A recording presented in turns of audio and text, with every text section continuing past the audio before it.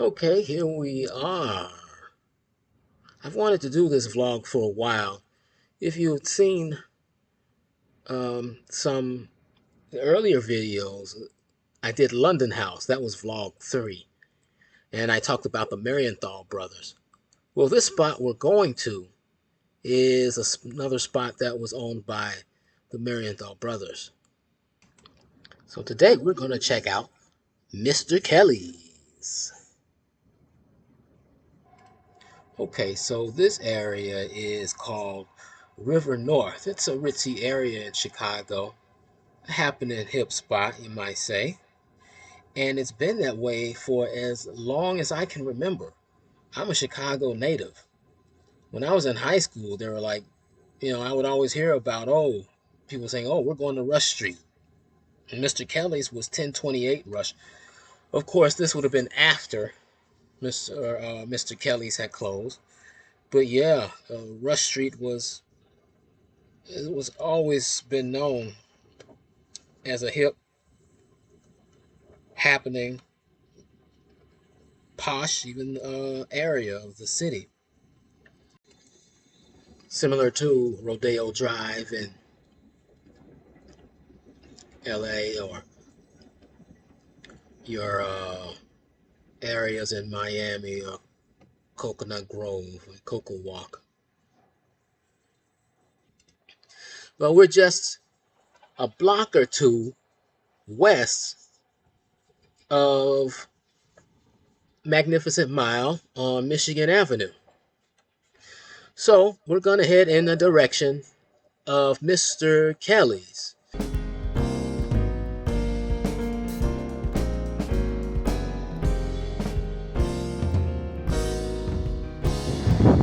So here we are at Gibson's Steaks, formerly known as Mr. Kelly's. Now, Mr. Kelly started in 1953 and lasted until 1975, serving steaks and salads and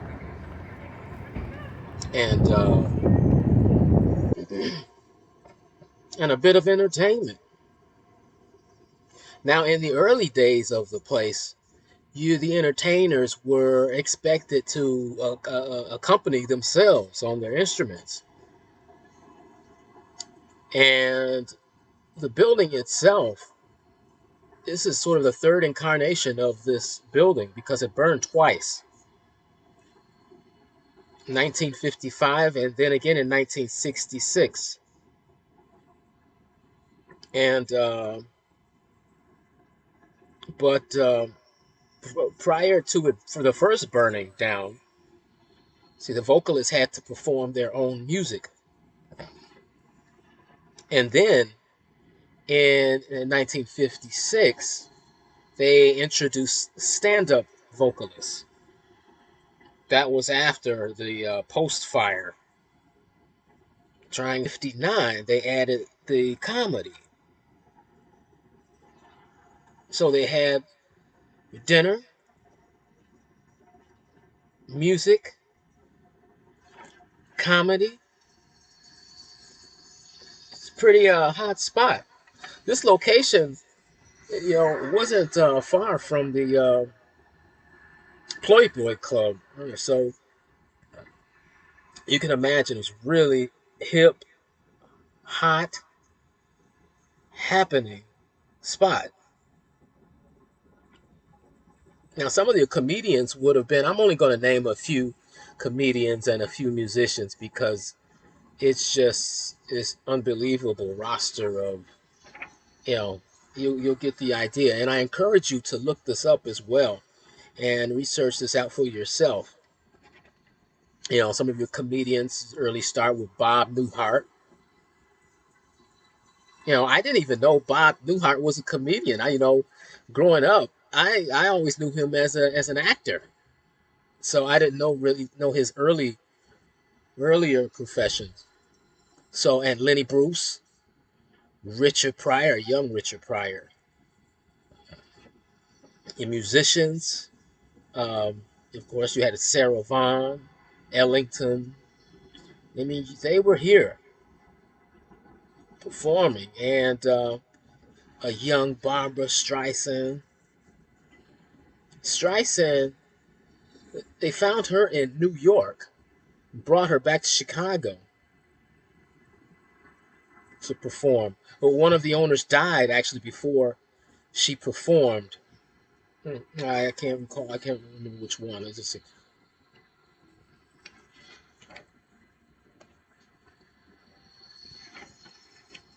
So there are a few recordings that were done here as well. You had one that was done by Buddy Greco, Sarah Vaughan. I imagine you can still find these records. Some of them you can find on YouTube. Ella Fitzgerald, Smothers Brothers, Woody Allen, Bill Cosby, Flip Wilson, Muddy Waters, on and on. And you can also find on YouTube Barbara Streisand, her experience, a little of her experience on YouTube. This was a nationally known place. It launched several careers. This kind gentleman you see in the blue jacket said I could have a look inside. He knew the history. Now, these are the people who have come to the popular Gibson's restaurant that lines the wall. I see they moved some photos around.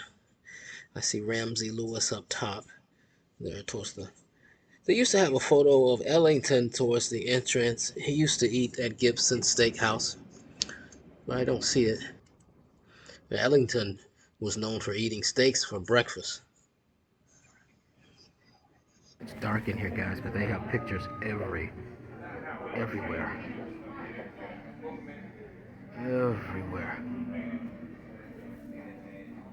Former Mr. Kelly's. Now, this is at the top of the staircase on the second floor. I'm not exactly sure where the club was. I guess initially on the first floor. I know some reading of something about there was like a purchase or something at the top so people could see from the second level. But, it has this sort of post deco, kind of a 40s feel about it, and with the woodwork going on. Now, this is the second level dining of Gibson's. Very nice spot. I've been here maybe a couple times. Let me see. The second time I was here, I played on this level with a theater company here in Chicago.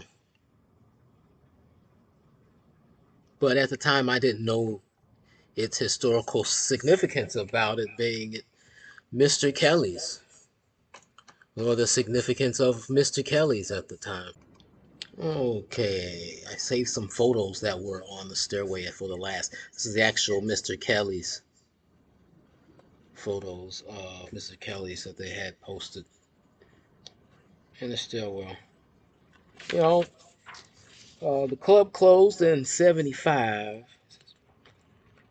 You know, if you take a take a read, Bill Cosby talks about performing at Mr. Kelly's, and the title is "Showing Up." He, this was in 2002 commencement at Juilliard. But so listen to that. He talked about during his first set, he didn't show up. He was horrible on stage. And the owner came in and said, "Hey, um, where is Mr. Bill Cosby? He needs to show up by the second set." And the second set, I think, was around 11 o'clock. He came out second set and he slammed it. Much better than the first. But read through that, you get a chance. That's online. Bill Cosby performing at Mr. Kelly's. Title is "Showing Up." That was his commencement address speech. And Television and high cost of entertainers forced it to close. It had less than 200 seats. And you can imagine people stayed home, people getting more televisions, 50s, 60s. So people stay at home for entertainment. The same kind of thing is still goes on today. Um, Tim Reed says he was like he's the last comedian to appear. New Year's Eve, 1975. Interesting. Gone, but not forgotten. But take a look at that. And also, you also want to look at the documentary that was done. The documentary is called Live at Mr. Kelly's. You can catch that on YouTube. So check it out. It'll give you far more detail than I can give you. This has been another episode. Thanks for watching.